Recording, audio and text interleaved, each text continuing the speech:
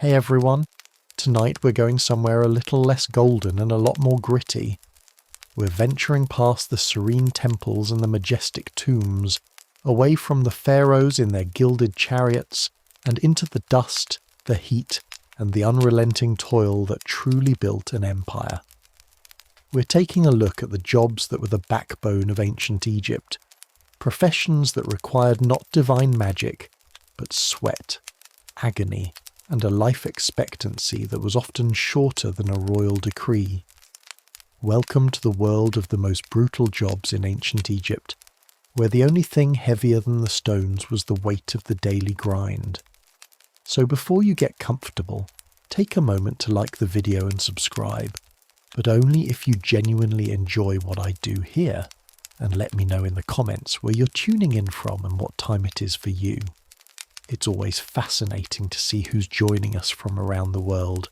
Now dim the lights, let your mind wander, and allow the gentle rhythm of my voice to lull you towards sleep. Maybe settle in, pull your blanket a little closer, and let's ease into tonight's journey together. Let's begin with the job that is perhaps most synonymous with the grandeur of Egypt, and also with its immense human cost. The pyramid builder, or more accurately the quarry worker. Before a single magnificent block could be placed on the Giza plateau, it had to be violently ripped from the earth. Your life as a quarryman begins and ends under the merciless glare of the Egyptian sun, a relentless eye in a cloudless sky. There is no shade here, only the blinding white of the limestone cliffs, and the shimmering heat that rises from the rock. The air is permanently thick with a fine white dust that coats your skin, clogs your throat, and works its way into your lungs with every breath you take. Your tools are not the advanced instruments of a modern construction site. They are primitive, heavy, and brutally inefficient. You hold a copper chisel, a metal so soft that its edge blunts after only a few strikes against the hard stone. Alongside it you wield a heavy wooden mallet or a pounding stone. Your entire day is a testament to rhythm and repetition. Thump, thump, thump. You and hundreds of other men strike the rock face in a deafening percussive chorus, chipping away at the stone, inch by agonizing inch. The process of freeing a single multi-ton block could take weeks. Teams of workers would chisel deep trenches around the block, a slow, grueling process of excavation. Once the trenches were deep enough, you would hammer wooden wedges into the fissures at the base of the block. Then you would pour water over the wedges. Over several hours the wood would swell, expanding with an incredible silent force until, with a great groan and a cloud of dust, the massive block would split from the bedrock. This moment of success is fleeting, for now the even harder work begins, moving it. The block, weighing as much as several elephants, must be dragged from the quarry. You're part of a massive team of labourers, straining against thick ropes made of papyrus fibre. The block is loaded onto a massive wooden sledge.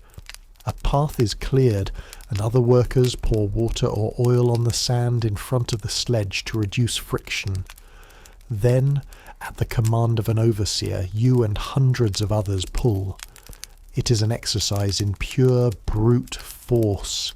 Your muscles scream, your feet slip in the sand, and the ropes dig into your raw hands. The overseer, often carrying a whip, is there not just to direct, but to enforce. A moment of hesitation, a sign of weakness, and you might feel the sting of the lash on your back. Let's clear up a common myth. You're likely not a slave, at least not in the way we often imagine. While prisoners of war were used for labour, the great monuments were largely built by conscripted Egyptian peasants. During the annual flooding of the Nile, when your farmland was underwater and you couldn't work, you were called up for corvée labour, a form of state-mandated service. You were paid, not in coin, but in rations of bread, beer, and onions. It was a system that built pyramids, and also ensured the populace was fed and occupied during the off-season. But being a paid worker did not make the job any less brutal. Accidents were a daily occurrence. A slipped rope could mean a crushed limb. A falling stone meant certain death. There was no safety equipment, no workers' compensation, only the grim reality that another body could easily take your place. You worked until your body gave out, fueled by little more than beer and the knowledge that your toil was in service to a god-king who you would never meet, for a tomb you would never be allowed to enter. If the quarry was a sun-baked hell, then the mine was a suffocating one buried deep within the earth. The mineral wealth of Egypt, gold, copper and turquoise, was the stuff of legend, the source of the empire's immense riches. But this wealth was extracted at a terrible human price. Your life as a miner is one of darkness, isolation, and constant danger. You are sent to the remote, desolate regions of the Eastern Desert or the Sinai Peninsula, places of extreme heat and barren rock, far from the life-giving waters of the Nile. Many miners were convicts, prisoners of war or slaves, sent to these remote outposts as a sentence from which few returned. Your workday begins by descending into a narrow, dark shaft, sometimes hundreds of feet deep. The air immediately becomes stale and hot, thick with the dust you and your fellow miners kick up. The only light comes from the faint flickering flame of a small clay oil lamp, which consumes the precious oxygen and fills the tunnel with greasy smoke. You work in cramped, contorted positions, often lying on your side or on your back in a tunnel so narrow you can barely move. Your job is to chip away at the quartz rock to get to the veins of gold, or at the sandstone to find the seams of turquoise. Your tools are the same as the quarryman's, a soft copper chisel and a heavy stone. Tink, tink, tink. The sound echoes endlessly in the confined space, a monotonous rhythm punctuated by the coughing of the man next to you. The dangers are ever present. The tunnels are poorly supported, often just raw earth and rock. Cave-ins are a constant threat, ready to bury you alive in an instant. The lack of ventilation means the air is poisonous, and the dust leads to silicosis, a deadly lung disease that would slowly suffocate you over the years if something else didn't kill you first. Dehydration is another constant enemy. Water is more precious than gold here, rationed strictly. You're always thirsty, your body aching from the heat and the grueling labour. The gold mining process was particularly toxic. After the quartz was hauled to the surface, it had to be crushed into a fine powder. This work was often done by women and children. The powder was then washed over sloped surfaces, and sometimes mercury was used to separate the fine gold dust from the rock. The workers were exposed to the toxic mercury fumes, leading to nerve damage, madness, and a slow, painful death. You are watched over by brutal guards and overseers, who ensure that no one steals any of the precious minerals. The punishment for theft was swift and often fatal. Your life is one of utter misery, a grim cycle of chipping rock in the dark, hauling heavy baskets of ore to the surface, and collapsing in exhaustion in a crude shelter, only to do it all again the next day. There is no escape. You are surrounded by a vast, unforgiving desert. You work until you die, your body left in an unmarked grave in the sand, a forgotten sacrifice to the glittering treasures that would adorn the tombs of pharaohs and the necks of queens. You are the invisible foundation of an empire's opulence, your suffering transmuted into the golden artifacts that would mesmerize the world for millennia to come.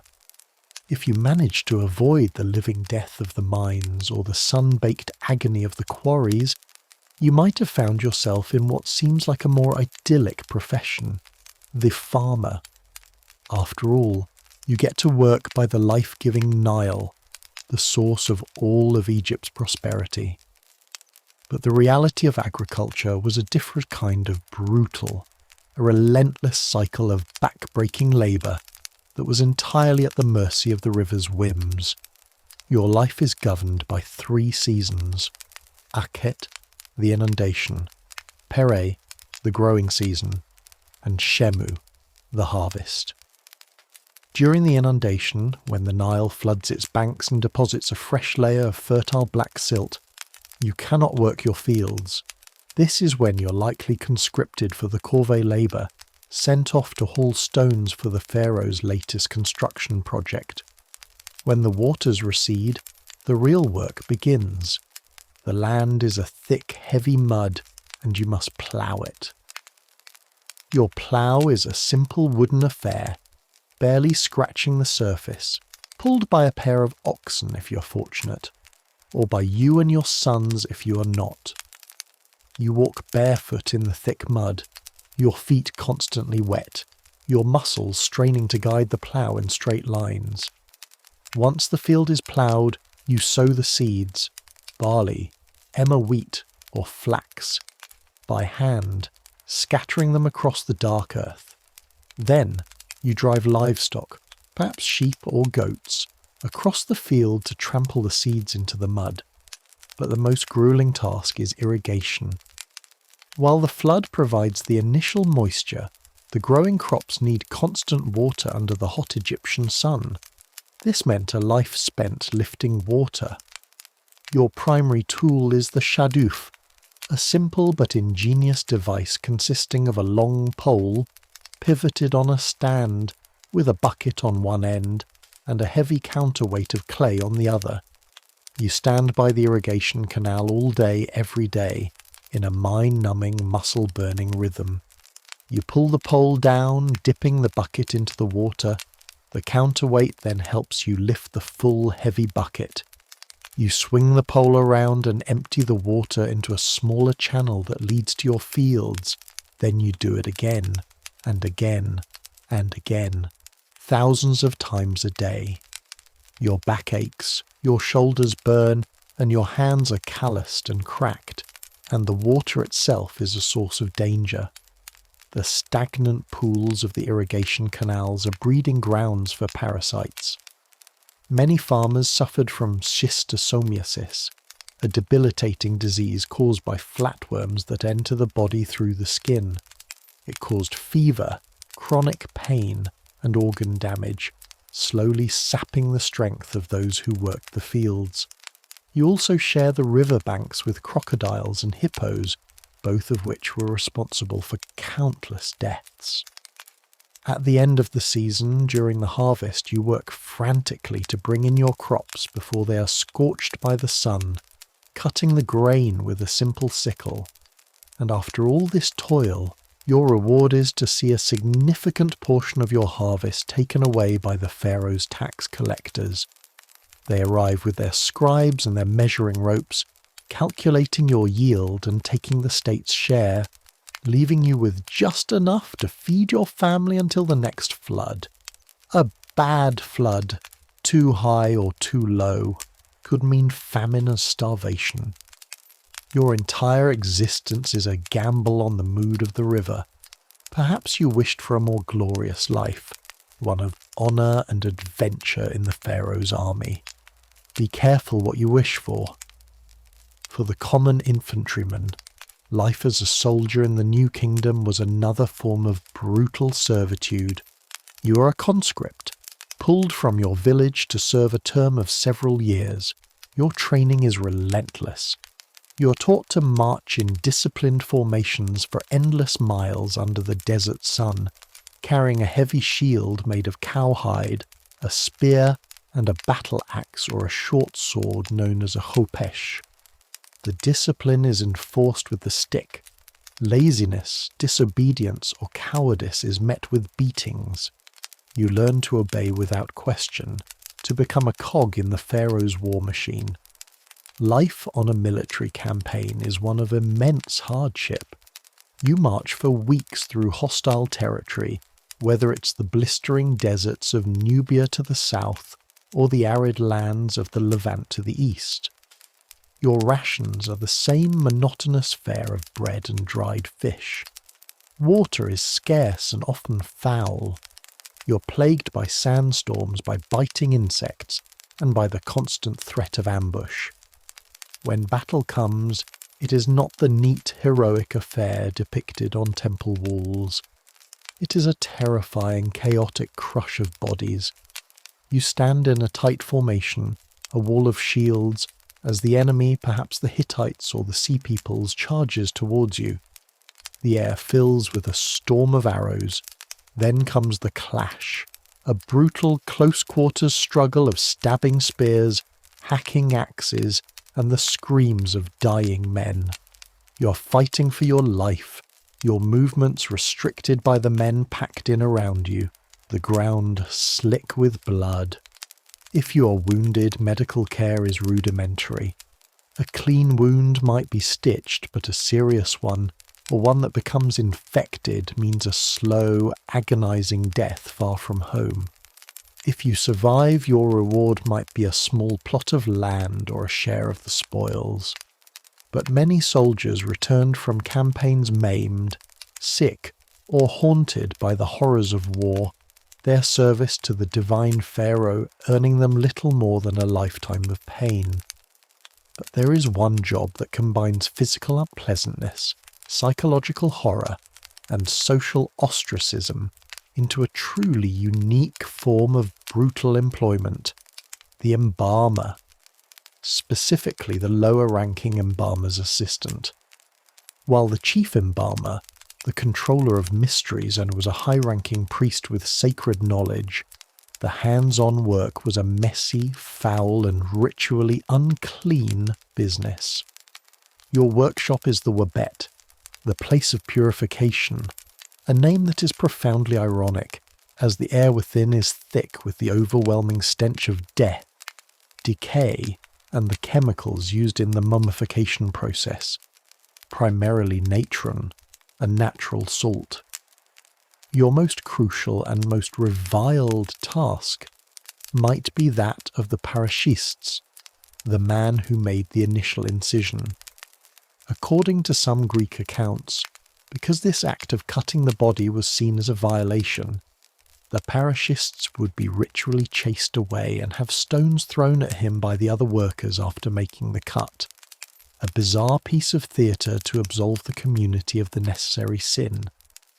Inside the Wabet, your work is a ghastly, methodical process. After the body is washed, you assist in the removal of the internal organs. The liver, lungs, stomach, and intestines are pulled out through the incision in the abdomen. They are washed, dried, and placed in 4 canopic jars, each protected by one of the 4 sons of Horus. But the most infamous task is the removal of the brain. The Egyptians did not consider the brain to be the seat of intelligence. That was the heart. To them the brain was little more than cranial stuffing, and so it was removed in the most undignified way possible. A long metal hook was inserted into the nostril, pushed through the thin ethmoid bone and into the cranial cavity.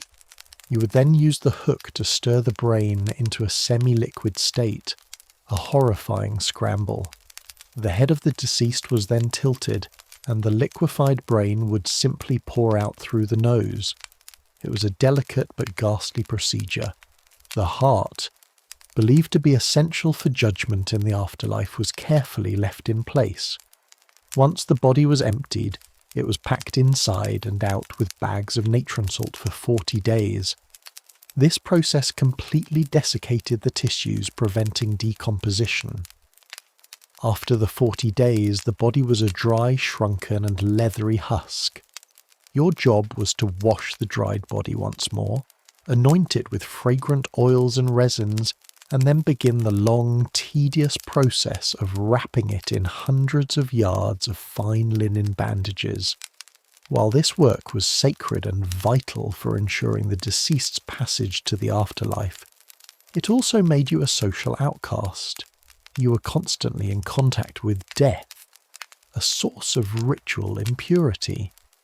You lived on the fringes of society, respected for your necessary skill but shunned for the nature of your work.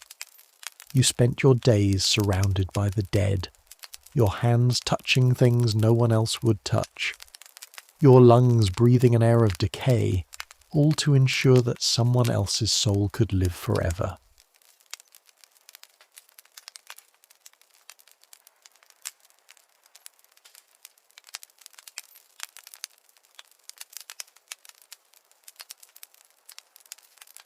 In the sprawling, magnificent capital of the Han Dynasty, the city of Chang'an, your life is one of profound and terrifying responsibility. You're not a general commanding armies, nor a minister advising the emperor on matters of state. You are a court musician, a flute player, and your instrument is a simple length of polished bamboo with carefully drilled holes. Yet, in a world governed by the intricate dance of cosmic harmony, your breath, channeled through that hollow tube, is as vital to the stability of the empire as any fortress wall or imperial decree. To play a wrong note is not merely an artistic failure, it is a crack in the fabric of the universe, an invitation to chaos. Your name is Wei, and your job is to breathe order into the world, one perfect celestial note at a time. To understand your role, you must first understand the concept of yue, or music, as the Han court saw it. This was not entertainment. It was a branch of cosmology, a sister science to astronomy and mathematics. Drawing on the teachings of Confucius and his disciples, the Han emperors believed that the universe was a single, interconnected organism, bound together by a series of corresponding harmonies. The 5 elements, the 5 directions, the 5 primary colours, and the 5 musical notes were all part of this grand cosmic symphony. Proper music, known as yayue, or elegant music, was a direct reflection of this harmony. It was slow, serene, and mathematically precise. Its purpose was to cultivate virtue in the listener, to regulate the passions, and to ensure that the actions of humanity were in perfect alignment with the will of heaven.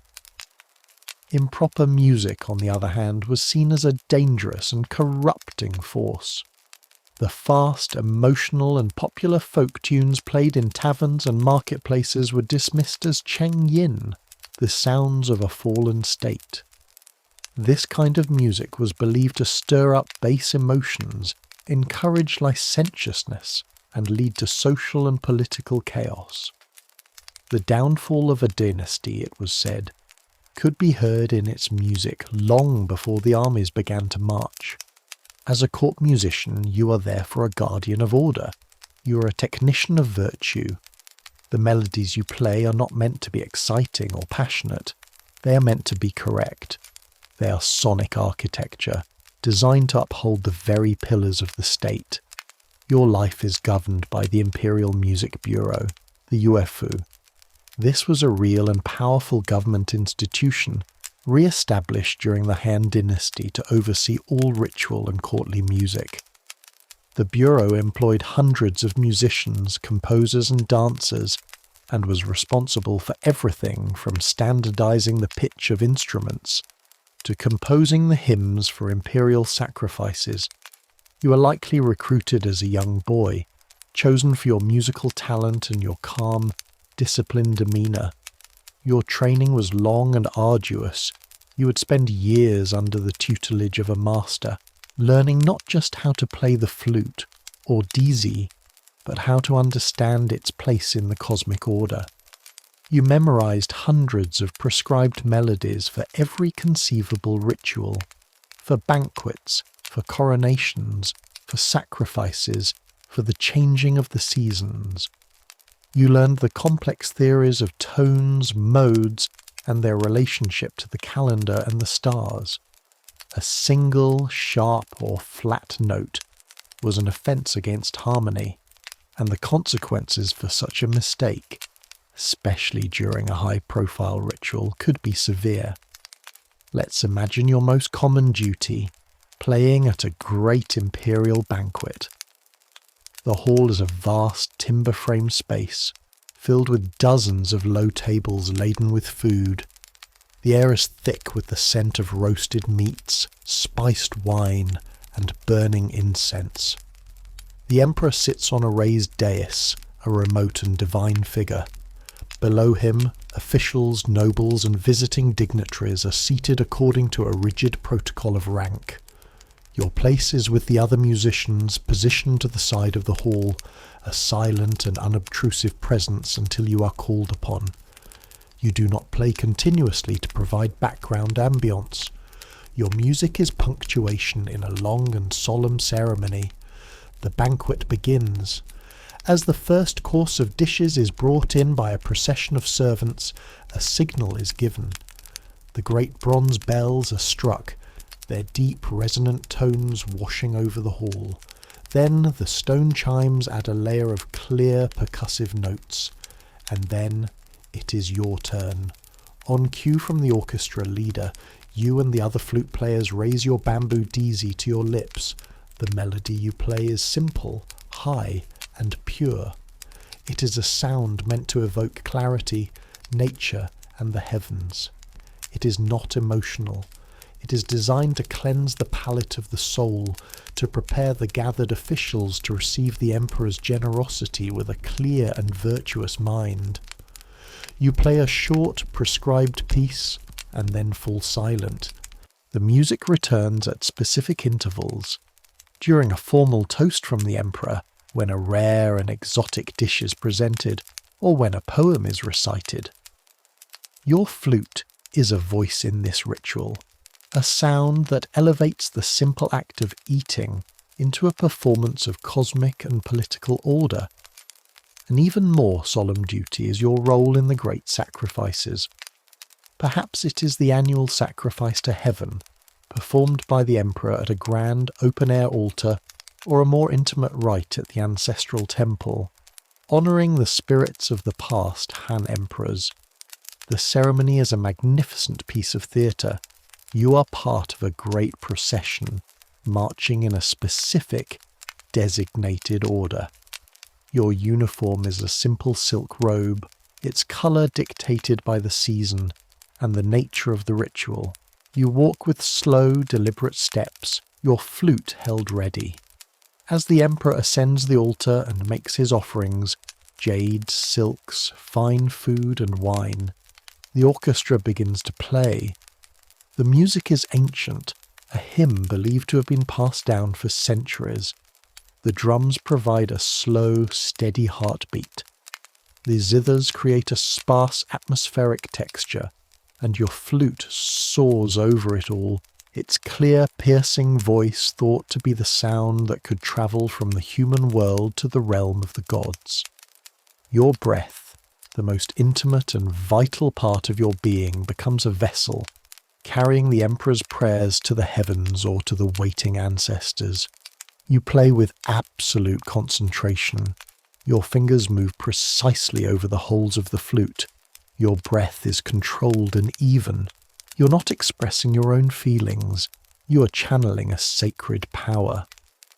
The belief was that if the music was performed perfectly, the gods would be pleased, the ancestors would be honoured, and the empire would be blessed with good harvests, stability, and a long-lasting dynasty.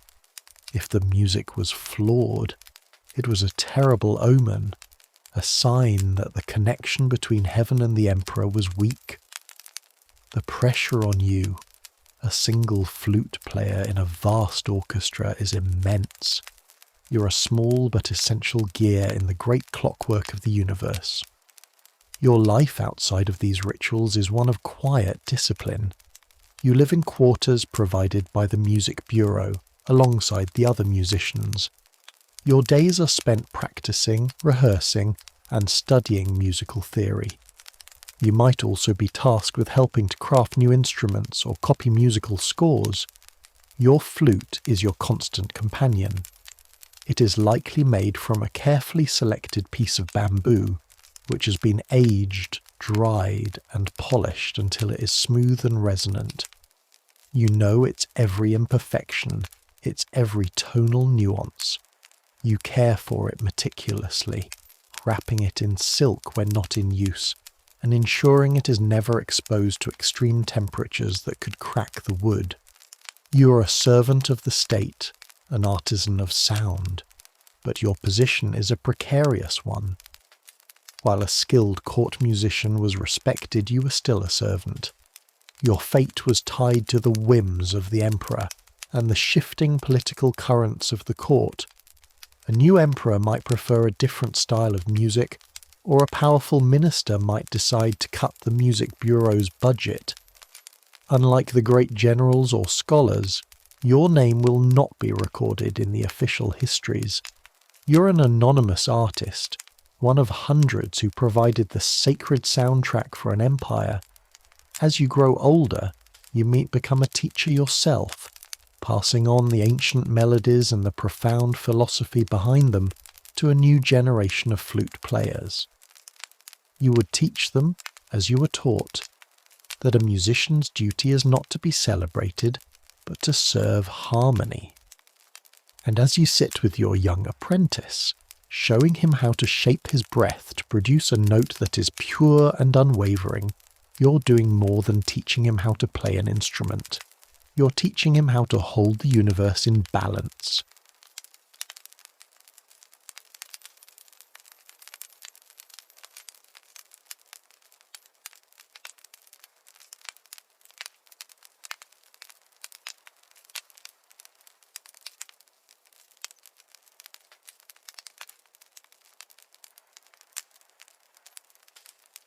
In the modern world, salt is an afterthought, a cheap, ubiquitous commodity shaken carelessly over a meal.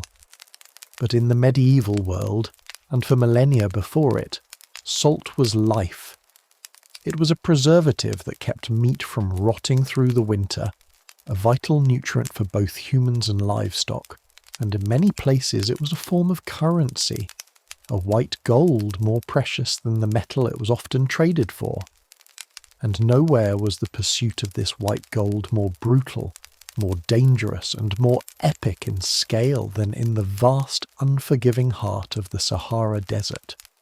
Here, in some of the most inhospitable places on earth, entire communities toiled under a merciless sun to harvest the great salt deposits that lay beneath the sand, their labour fueling a legendary trade route that connected empires and created unimaginable wealth for everyone except, of course, the people who actually did the work.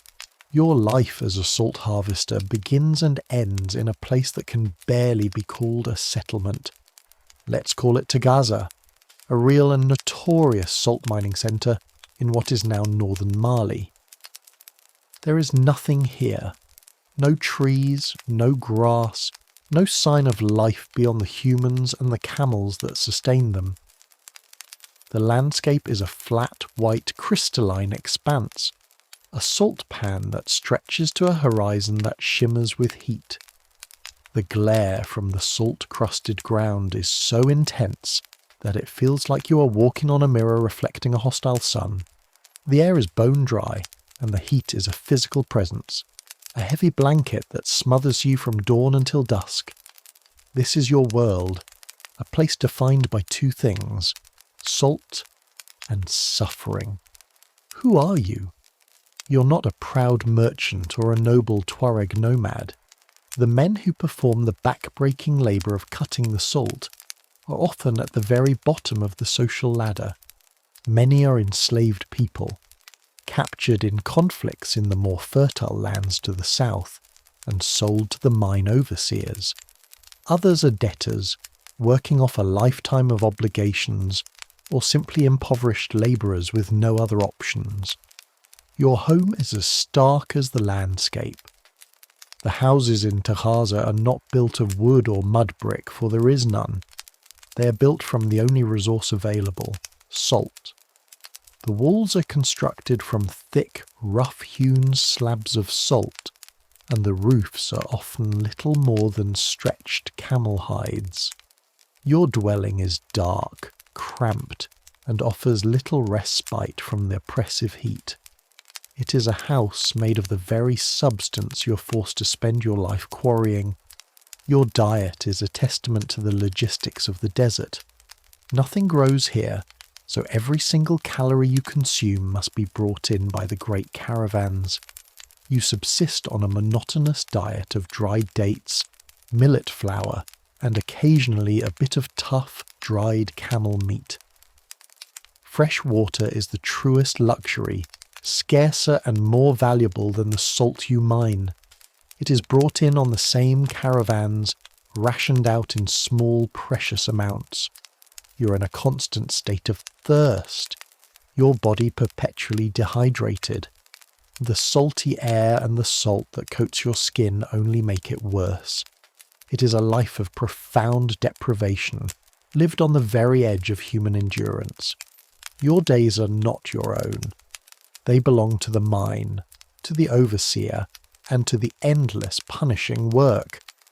The process of harvesting the salt is a grueling, multi-stage ordeal that has changed little in over 1,000 years. Your day begins before the sun is at its most punishing. The first task is to clear the top layer of sand and loose, dirty salt to expose the pure, crystalline deposits beneath. You use simple, long-handled shovels and wicker baskets to haul away the overburden, a repetitive, muscle-straining task that can take hours. Finally you reach the prize, the thick, solid beds of pure rock salt. This is where the real work, the cutting, begins. Your tool is a crude, heavy pickaxe. You stand directly under the sun, your body casting a sharp, dark shadow on the blinding white ground, and you begin to hack at the salt. The salt is dense and hard, and each swing of the pick sends a jarring shock up your arms and into your shoulders. You work in a team, cut in deep trenches into the salt bed to isolate large sections. The work is rhythmic, a chorus of heavy breathing and the sharp thwack of iron on salt. The overseers watch, ensuring the pace never slackens. There is no shade, no rest, only the relentless sun and the endless white. Once a large section is trenched, it is broken into smaller standardized slabs, or bars. These slabs are the currency of the Sahara, each one cut to a specific size and weight, typically around 2 meters long and weighing over 200 pounds. Lifting and moving these heavy, awkward slabs is another feat of immense physical exertion.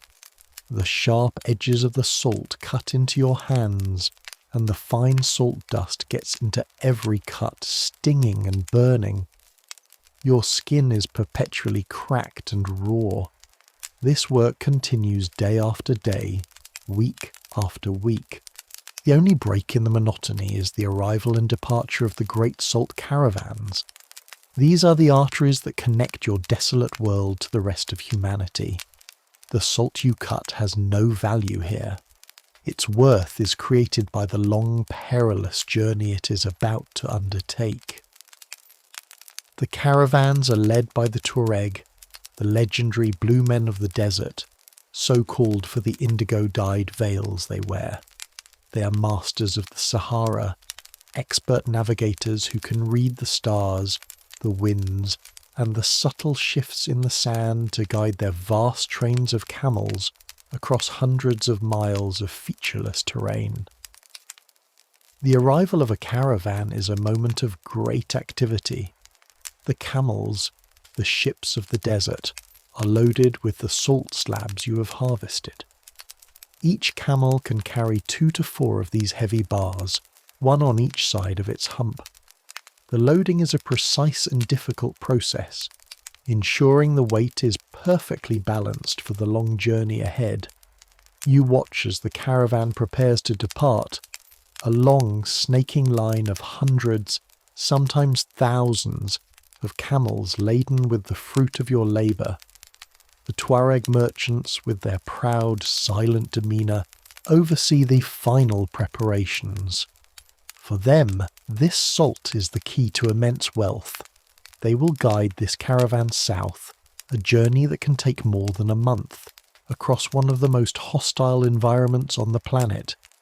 They will face the risk of sandstorms that can bury a man alive, of dwindling water supplies, and of attacks from desert bandits who prey on these valuable convoys.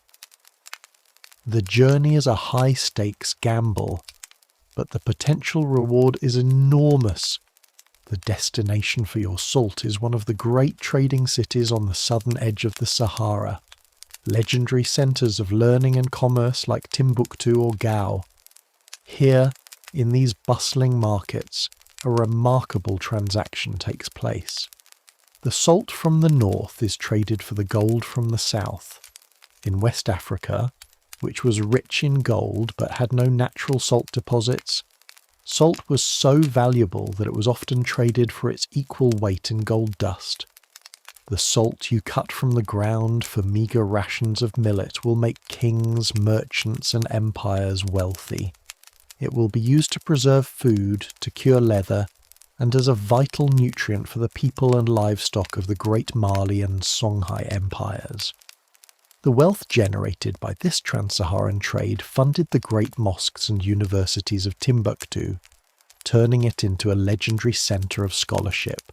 But for you, back in the blinding white emptiness of Tahaza, that world is an abstraction, a distant rumour brought by the caravan leaders. Your reality remains unchanged. You watch the caravan disappear over the horizon, a dwindling line of specks in the shimmering heat. Its departure means a new supply of dates, and millet has arrived, enough to sustain you until the next convoy. But it also means the mine is ready for more work. The demand for salt is endless. You pick up your heavy axe, your body aching with a fatigue that has settled deep into your bones. You walk back to the salt pits, the glare of the sun reflecting off the ground, and you begin to cut again. You are a harvester of white gold, an invisible and expendable engine of a trade route that defines the wealth of nations. Your name will never be recorded, but the empire of salt is built upon your back.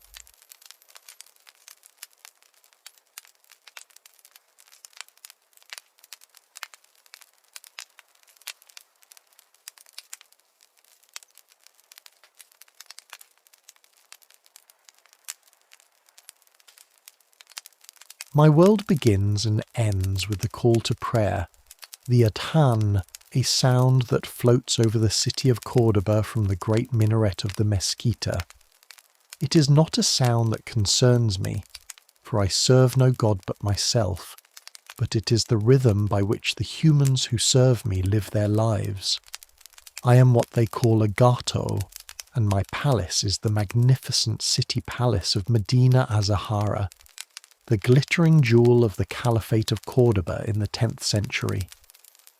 While poets write epics and scholars debate the nature of the cosmos, my concerns are more profound.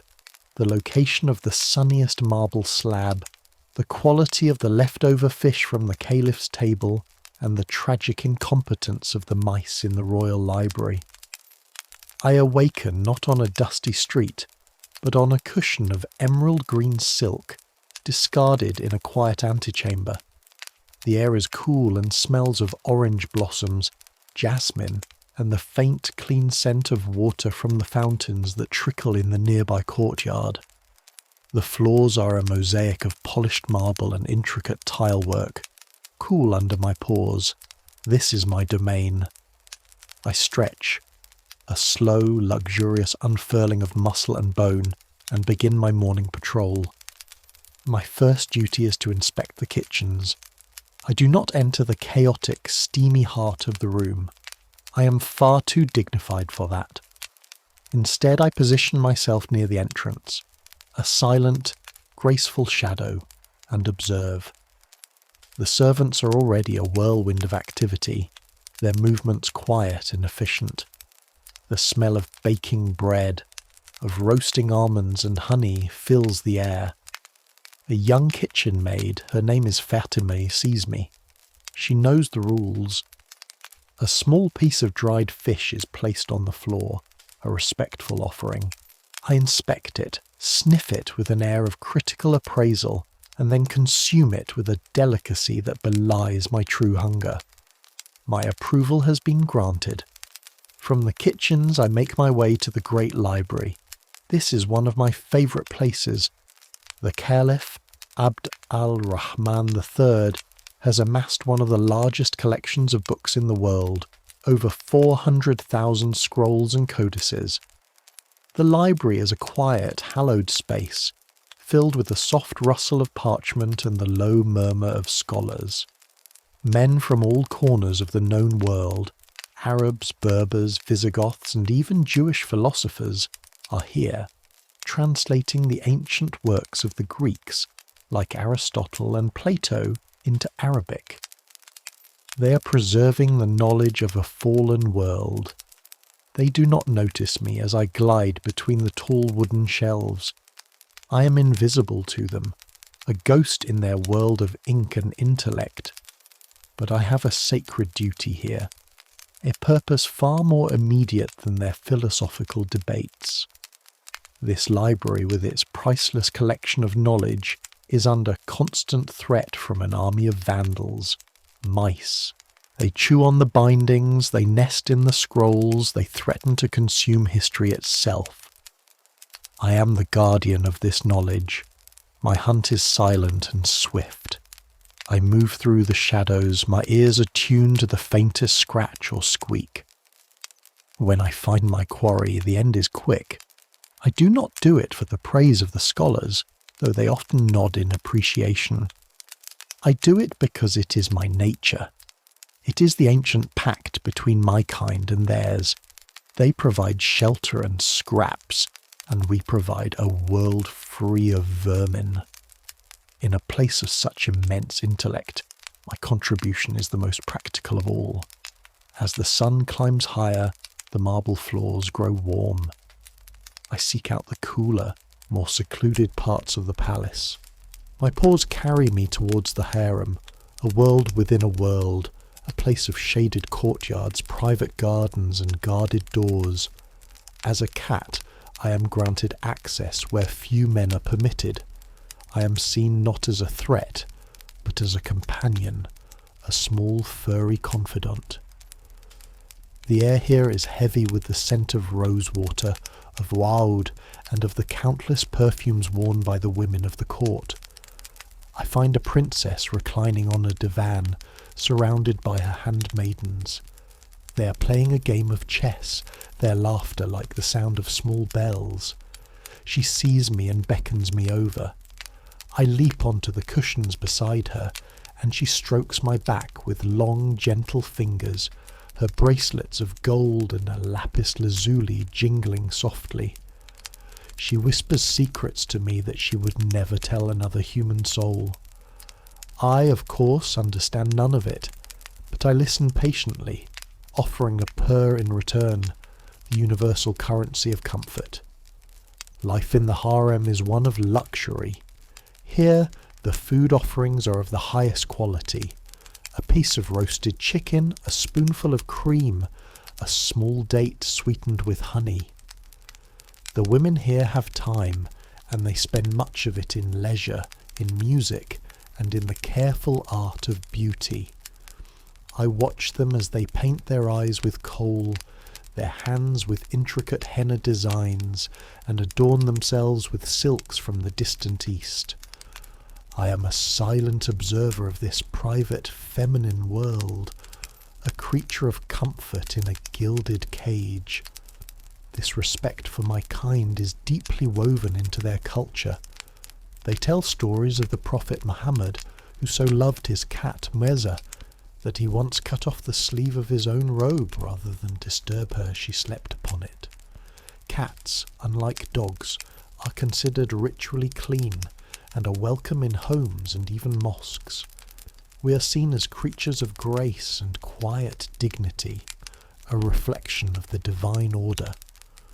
When the midday heat becomes too intense, I retreat to my favourite spot, a small, hidden garden with a trickling marble fountain at its centre. I find a patch of shade beneath a lemon tree and curl up on the cool, damp earth. The garden is alive with the gentle hum of bees visiting the jasmine and hibiscus flowers. The sound of the fountain is a constant, soothing murmur, a liquid lullaby. Here I sleep the deep, dreamless sleep of the truly privileged. My world is one of sensory pleasure. The warmth of the sun, the coolness of the shade, the scent of flowers, the taste of fish, the soft touch of a human hand. The great political struggles of the caliphate, the wars with Christian kingdoms to the north, the rivalries of the court, these are something to me. They are just the faint, distant noise of the human world, a world I observe but am not truly a part of. I awaken as the sun begins to set, the sky turning a deep, bruised purple. The palace stirs to life once more. The evenings are time for poetry, for music, and for feasting.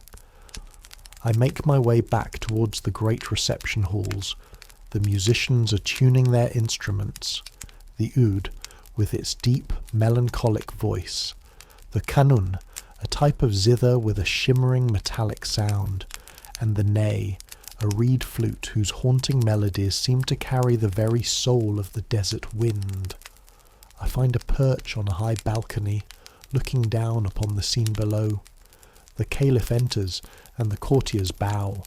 A great feast is served on low brass tables, course after course of elaborate dishes, roasted lamb with apricots, pigeon pastillas, couscous with 7 vegetables and mountains of sweet honey-drenched pastries.